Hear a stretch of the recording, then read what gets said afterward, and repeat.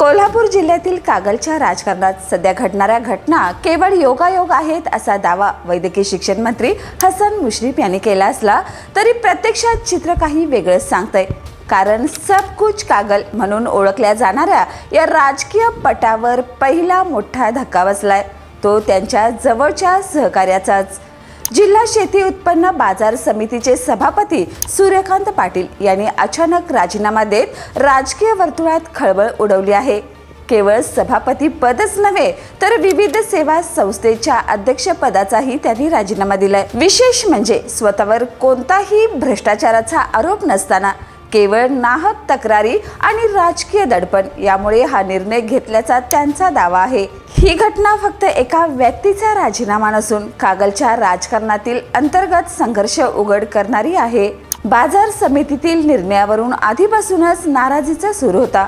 महसूल वाढवण्यासाठी घेतलेले काही निर्णय, शिस्त लावण्याचे प्रयत्न आणि विशेषतः बांधा वापरा हस्तांतरित करा या तत्वावर शाहू सांस्कृतिक मंदिर सभागृह देण्याचा प्रस्ताव, हे सर्व काही संचालकांना रुचलं नाही। परिणामी विरोधकांनी थेट मंत्र्यापर्यंत तक्रारी पोहोचवल्या।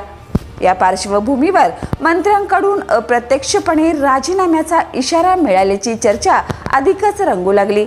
यामुळेच पाटील यांनी नाराजी व्यक्त करत थेट राजकीय संन्यासाची घोषणा केली। हा निर्णय केवळ भावनिक नव्हे तर एक मोठा राजकीय संदेश मानला जातोय। आता प्रश्न असा उभा राहतो की हा केवळ अंतर्गत मतभेदाचा परिणाम आहे की यामागे मोठी राजकीय पुनर्रचना सुरू आहे। कागलमध्ये राष्ट्रवादी अजित पवार गट, काँग्रेस, जनसुराज्य, शेतकरी कामगार पक्ष आणि अपक्ष यांच्यातील सत्ता समीकरणं आधीपासूनच नाजूक आहेत।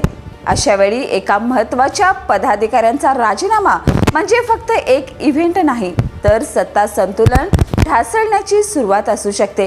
विशेष म्हणजे ठेका प्रकरण, अंतर्गत आर्थिक निर्णय आणि गटबाजी या सगळ्याचा संगम पाहता येत्या काही काळात आणखी काही राजकीय धक्के बसण्याची शक्यता नाकारता येत नाही। मुश्रीफ यांचा योगायोगचा दावा आणि प्रत्यक्षात घडणाऱ्या घटना यामध्ये मोठं अंतर दिसतंय। त्यामुळे आता कागलमध्ये पुढचा बळी कोण आणि या सगळ्यामागे नेमकी कुणाची खेळी आहे याकडे संपूर्ण जिल्ह्याचं लक्ष लागलंय। एकूणच कागलचं राजकारण सध्या शांत दिसत असलं तरी आतून धगधगत आहे। एका राजीनाम्याने या ज्वालेला हवा मिळाली। सब कुछ कागल हा फक्त नारा राहिलेला नाही, तो आता राजकीय संघर्षाचा केंद्रबिंदू बनलाय। आगामी काळात इथले निर्णय केवळ स्थानिक नाही तर जिल्ह्याच्या आणि कदाचित राज्याच्या राजकारणावरही परिणाम करणारे ठरू शकतात। या आणि अशाच ताज्या अपडेटसाठी पाहत रहा तारा न्यूज।